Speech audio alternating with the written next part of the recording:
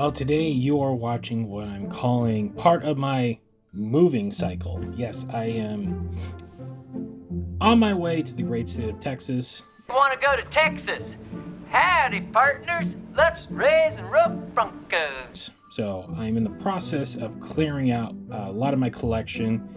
And as I'm going through things, I'm finding stuff that I'm like, well, damn, didn't do a review of that. Oh, hey, didn't get around to that. So while I am driving across half the country, I hope you enjoy this next series that will be released over the next couple of weeks as I get settled in my new abode and can get back to fresh content. But this is why we call it the Koffers. It's not just new stuff. It's sometimes older things. You find magic everywhere. And part of that magic is in the good people at Super 7, who last year at Comic-Con gave us this magnificent ReAction Rodan figure based on the Mattel Shogun Rodan, but much smaller. So let's crack this bad boy open and see what a great job Super 7 did with this. So by now, if you're watching this, it is 2025. You might be asking, Chris, why am I worried about something I can get off super7.com? Well, no, just wait. As this was a San Diego Comic-Con exclusive. Now, what was the big difference in the exclusive compared to what you can get at super7.com? Why, it's this shiny box right here, which mimics the original Shogun Rodan's box. Now, for those of you who might be a little young and don't remember the Shogun Warriors, they were a line of these exceptionally large super robots that were mostly based on Go-Nagai properties and a couple of other things owned by Toho that were brought over in the late 70s and early 80s. Now, one of the most famous pieces of those were the Shogun Godzilla, which for a lot of kids that were older than me, that was their first Godzilla. Now, these things were huge, standing roughly between like 16 to 18 inches tall. They were massive figures. I had the actual Godzilla as a kid, missing the arm. So when Super 7 announced, hey, we're going to replicate that in a ReAction form, oh, I was beyond ecstatic. In fact, as you can see, I have my Comic-Con version right here. So yes, let me get that up. So there you go. So this was the original Comic-Con Shogun Godzilla.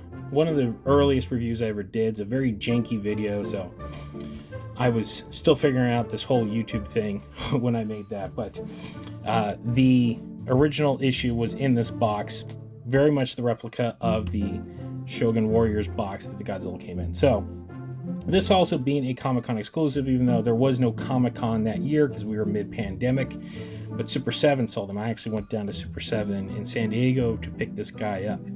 So, that said, Super 7 got around to do the thing, and they got the rights to do Rodan, and much like Godzilla, they gave us the box. So, I am a stickler for packaging. I'm a toy guy. I love my toys. I love packaging. Packaging is the sell point of the toys, and sometimes you get incredible art and creativity. So the standard one you can buy right now, as I went off like Grandpa Simpson in a horrid rant that went nowhere, the one you can buy online at super7.com is on a card with a bubble. This is a box. So this is the box in question. Now you can only have gotten this at the Super 7 booth during last year's Comic-Con as of the recording of this. So it gives you the full breakdown, and they did their best to really replicate everything from that original packaging, including the old 70s style monotone font, which gives you an idea of the actual figure. So I'm 40, I'm going to be 41. So this is the era of boxes that I grew up with. A lot of my early toys were very much like this, and man, this just hits the nostalgia. So you can see Rodan on that. So let's crack this guy open. Let's see, where did I open him up at? So here we go.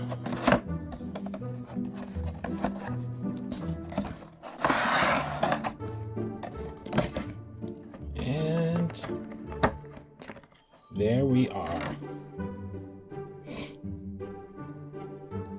Beautiful. Look at him. Now, you might be asking, well, it's kind of a janky Rodan. Well, again, this was a figure, I believe, released at the very end of the 70s, beginning of the 80s. This was the last official figure in the Shogun Warriors line, and thus one of the hardest to actually come by.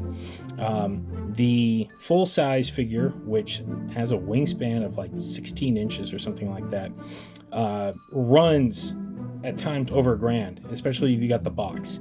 I've only seen several in my times at shows. Most recently, when I was out at the last PowerCon in Columbus, Ohio, one of the vendors managed to get a hold of one that was complete with the box, and just gave me a ballpark idea of what he paid, which would, let's just say, be a down payment on a car, put it that way. So the Shogun Warrior figures were very basic. They were big, large plastic figures, and they shot missiles out of their hands. That was a big thing. They had wheels on their feet.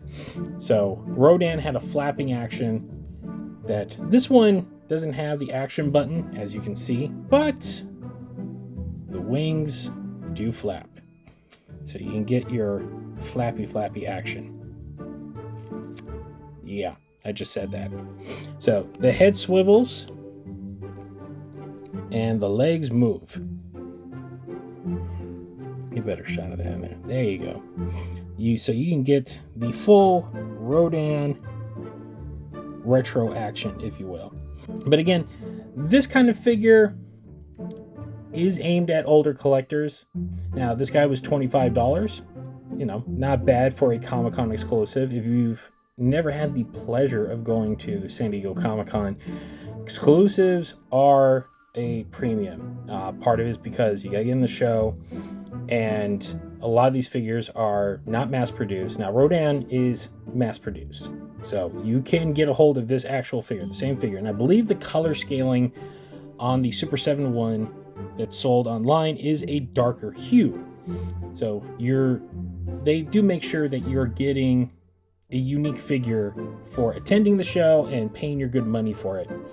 And yeah, I love this kind of stuff. This is my wheelhouse. Again, I'm an older guy, so I appreciate this kind of things because these were the toys of my childhood. I always saw this Rodan in magazines and books, but for the most part, never got a hold of him. He was exceptionally rare back then, even though my dad tried in vain. Now, I put the Shogun Godzilla right there next to him to give you an idea. So for a lot of 70s kids, this was all that was to offer in terms of Godzilla. These predate the Imperial Godzilla that many people had, and famously was in behind the scenes in a lot of shows, including Roseanne. So this, for the most part, is the cheapest way to kind of reclaim some of that childhood without having to break the bank. Again, I have loved what Super 7 has done with the Godzilla license, especially trying to bring back deep cuts, stuff like this. And they will forever have a place in my heart. I love these things to death, even though, yes, they are small, but they are cheaper and much easier to display. So there you guys go. And there you guys have it. That is my review of the San Diego Comic-Con Super 7 Shogun Rodan. Remember, if you like what you see, we do have a show. It's called the Kaiju Kingdom Podcast. You can find us at thekaijukingdompodcast.com. And if you don't like to download, well, you can always find us on all of your favorite podcast streamers, including Apple, Spotify, or wherever else you might find better podcasts. We're also on social media. It's right there. X, Instagram, Facebook.com. If you want to get a hold of us, make some comments, and keep up on all the breaking news in the world of giant monsters, those are the places to go.